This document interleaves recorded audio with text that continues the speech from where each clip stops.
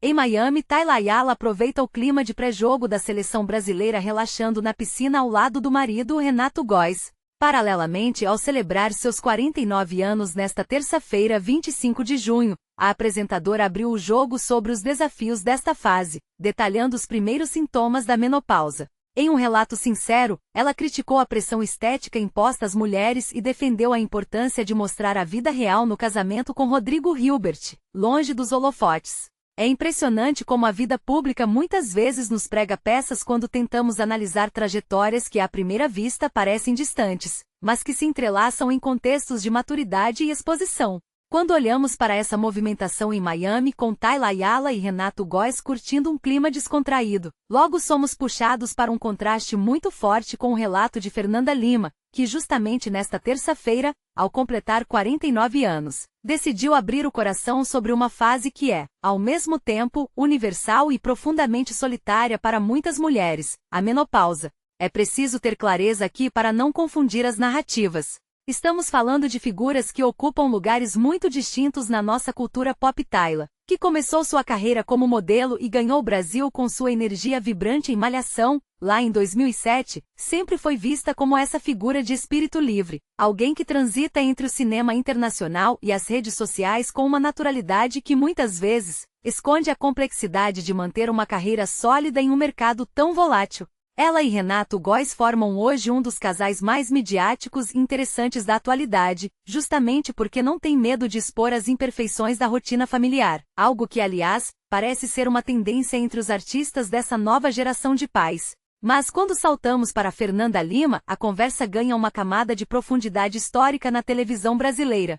Fernanda, que nasceu em Porto Alegre e começou sua trajetória como modelo, teve uma ascensão meteórica no final dos anos 90 e início dos 2000, tornando-se um ícone da MTV e, posteriormente, uma das peças fundamentais da grade da Rede Globo. Quem não se lembra do impacto que ela causou ao apresentar o Amor e Sexo?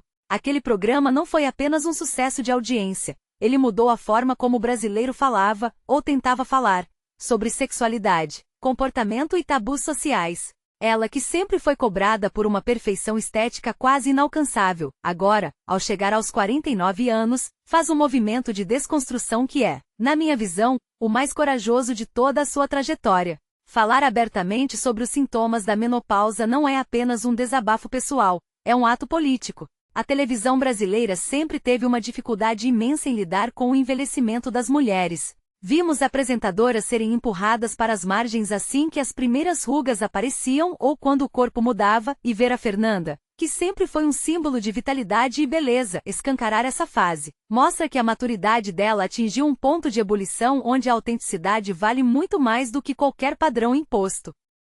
E é impossível não traçar um paralelo entre essa postura dela e a forma como ela construiu sua vida privada ao lado de Rodrigo Hilbert. Durante anos, a internet criou o mito do homem perfeito em cima do Rodrigo, e isso, convenhamos, gerou uma pressão absurda sobre a Fernanda.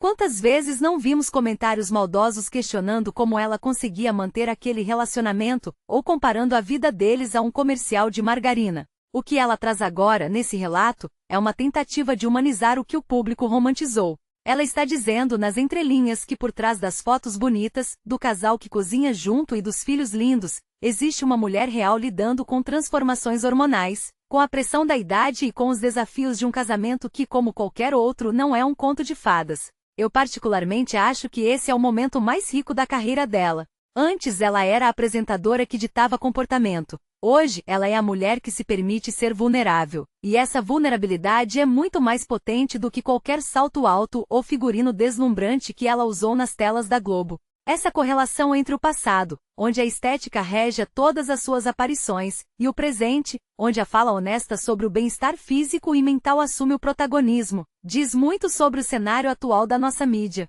Estamos vivendo uma era em que o público cansou da perfeição artificial. A própria Tayla Ayala, ao compartilhar seus dias em Miami, também busca esse lugar de vida real, mostrando que por mais que a vida pareça glamourosa do lado de fora, no fundo, todo mundo está apenas tentando navegar pelas marés da existência. Mas voltando a Fernanda, é fascinante notar como ela usa sua plataforma para educar. Ao falar da menopausa, ela desmistifica o medo que as mulheres têm dessa transição. Ela quebra o silêncio sobre algo que por décadas foi tratado como um segredo vergonhoso. Isso mostra que ela amadureceu junto com o seu público. Ela não está mais tentando alcançar o espectador de 20 anos atrás. Ela está se conectando com a mulher da sua própria geração, aquela que também está sentindo o corpo mudar e que muitas vezes se sente invisibilizada pelo sistema. Na minha visão, o que a Fernanda Lima faz ao abrir o jogo sobre a menopausa é um serviço público. Muita gente pode achar que é apenas uma fofoca de celebridade, mas não é. Quando uma mulher com a visibilidade dela decide enfrentar a pressão estética de peito aberto, ela dá autorização para que milhões de outras mulheres também se sintam confortáveis para falar sobre suas próprias dores e conquistas. O casamento dela com Rodrigo Hilbert, que sempre foi um alvo constante de curiosidades e por vezes de polêmicas infundadas por parte da mídia sensacionalista, ganha agora uma nova dimensão. Não é mais sobre o marido perfeito, é sobre a parceria real entre duas pessoas que estão envelhecendo e enfrentando as intempéries da vida adulta. É revigorante ver que mesmo após tantas décadas de exposição, ela ainda consegue ditar o tom da conversa nacional, não mais por meio de um formato engessado de programa de auditório, mas através da sua própria voz, da sua própria vivência e da sua coragem em dizer que a vida, aos 49 anos, não é feita de filtros. É interessante observar também como essas trajetórias, apesar de diferentes, convergem para um ponto comum: o desejo de controle da própria narrativa. Tayla Ayala, com sua carreira no cinema e sua presença marcante nas redes sociais, também busca, à sua maneira, gerenciar como o público a percebe, tentando fugir do rótulo da atriz de televisão para se consolidar como alguém que vive de forma plena. Já a Fernanda, que já esteve no topo da pirâmide da audiência, agora parece não se importar mais com o que o mercado espera dela, mas sim com o que ela quer deixar de legado. Essa mudança é o que define as grandes personalidades da nossa cultura. Elas deixam de ser personagens para se tornarem, enfim, pessoas. E sinceramente, acho que o público agradece por isso. Estamos saturados de vidas perfeitas, de corpos irreais e de histórias editadas para o Instagram. O que queremos e o que a Fernanda nos entrega nesse relato de aniversário é a verdade crua de quem entende que a beleza, ao chegar perto dos 50, não reside na ausência de marcas ou na juventude eterna, mas na capacidade de abraçar cada fase com integridade e sem medo de ser quem se é. É um exercício de honestidade que espero inspire muitas outras a tirarem suas próprias máscaras. Opa, e aí, gente? Bom, você parou para assistir meu vídeo, eu quero te contar uma curiosidade. É uma curiosidade histórica, bem interessante. Antes da internet, antes da TV e até antes do rádio, as notícias no Brasil eram lidas em voz alta nas praças, sabia? Tinha gente que se reunia só para ouvir alguém ler o jornal, porque nem todo mundo sabia ler. Ou seja, a notícia sempre foi sobre conexão entre pessoas, não só informação. Você está assistindo esse vídeo agora, você faz parte dessa mesma curiosidade humana que atravessa gerações. Se inscreve no canal para retribuir. E comenta aí de onde você está assistindo a cidade, eu gosto de saber quem está mantendo meu canal no ar. Obrigado, viu?